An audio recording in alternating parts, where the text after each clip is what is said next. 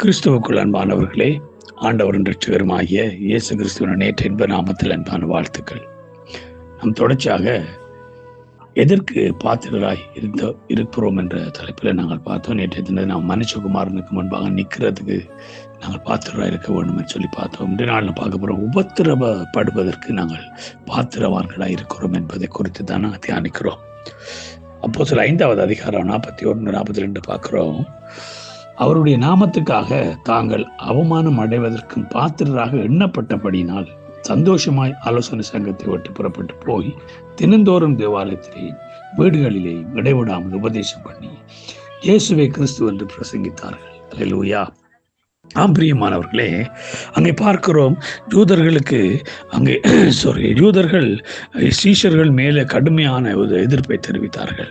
அங்கே அநேகர் ரட்சிக்கப்பட அநேகர் விடுதலை ஆரம்பித்தார்கள். அவர்களை ஆலோசனை சங்கத்துக்கு கொண்டு போய் இயேசு கிறிஸ்துவை பற்றி பிரசங்கிக்க கூடாது கண்டிப்பாக உத்தரவு பண்ணார்கள். ஆனாலும் அவர் சொன்னார்கள், மனுஷருக்கு கீழ்ப்படிவதை பார்க்கலாம் தேவனுக்கு கீழ்ப்படுகிறதே அவசியமாக இருக்கிறது என்று சொல்லி அவர்களுடைய அச்சுறுத்தலுக்கு, அவருடைய உபத்திரவங்கள், அவருடைய பாடுகளுக்கு அவர்கள் பயப்படாமல் தினந்தோறும் தேவாலயத்திலும் வீடுகளிலும் அவர்கள் இயேசுவை கிறிஸ்து என்று பிரசங்கித்தார்கள். அல்லேலூயா. ஆகவே இப்படிப்பட்ட சூழ்நிலையில் அவர்கள் உபத்திரவப்படுவதற்கும் பாத்திரராய் இருக்கிறோம் என்றது அதை எண்ணினார்கள். ஏனென்று சொன்னா, அங்கே பார்க்கிறோம் 14வது அதிகாரத்திலே அப்போஸ்தலர் 14:22 அங்கே சொல்லப்படுகிறது, அவருடைய சீஷருடைய மனதை திடப்படுத்தி விசுவாசத்தில் நிலைத்திருக்கும்படி அவர்களுக்கு புத்தி சொல்லி நாம் அநேக உபத்திரவங்களின் வழியாய் தேவனுடைய ராஜ்யத்தில் பிரவேசிக்க வேண்டும் என்று சொன்னார்கள். பாருங்க, உபத்திரவம் என்றது கிறிஸ்தவ வாழ்க்கையில் எங்களுக்கு நியமிக்கப்பட்ட ஒன்று. நாம் ஒவ்வொருவரும் எப்படிப்பட்ட உபத்திரவத்துக்குள்ளும் நாம் கடந்து போகிற பலனை கர்த்தர் கொடுக்கிறார். அதே வேளையில நாம் உபத்திரவப்படுவதற்கு நாம் அழைக்கப்பட்டிருக்கிறோம்.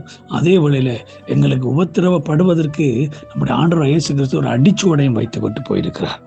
ஏனென்றா நாங்கள் பார்க்கிறோம் 1 பேதுரு 2ஆம் அதிகாரம் 19ஆம் வசனம் சொல்லுது, ஏனெனில் தேவன் மேல் பற்றுதலாய் இருக்கிற மனச்சாட்சி நிமித்தம் ஒருவன் அநியாயமாய் பாடுபட்டு உபத்திரவங்களை பொறுமையாக சகித்தால் அதுவே பிரிதியாயிருக்கும். 21ஆம் வசனம், இதற்காக நீங்கள் அழைக்கப்பட்டும் இருக்கிறீர்கள், ஏனெனில் கிறிஸ்துவும் உங்களுக்காக பாடுபட்டு நீங்கள் அவருடைய அடிச்சுவடுகளை தொடர்ந்து வரும்படி உங்களுக்கு மாதிரியை வைத்து போனார். அல்லேலூயா.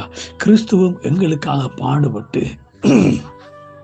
அவருடைய அடிச்சுவடுகளை நாம் பின்பற்றும்படி அந்த மாதிரி எங்களுக்கு வைத்துட்டு போயிருக்கிறார். பிரியமானவர்களே, நாங்கள் உபத்திரவப்படுவதற்கு, பாடுகளை அனுபவிக்கிறதுக்கும் நாம் அழைக்கப்பட்டிருக்கிறோம். அது எங்களுக்கு கொடுக்கப்பட்ட ஒரு மிகப்பெரிய உன்னதமான ஒரு வாய்ப்பு.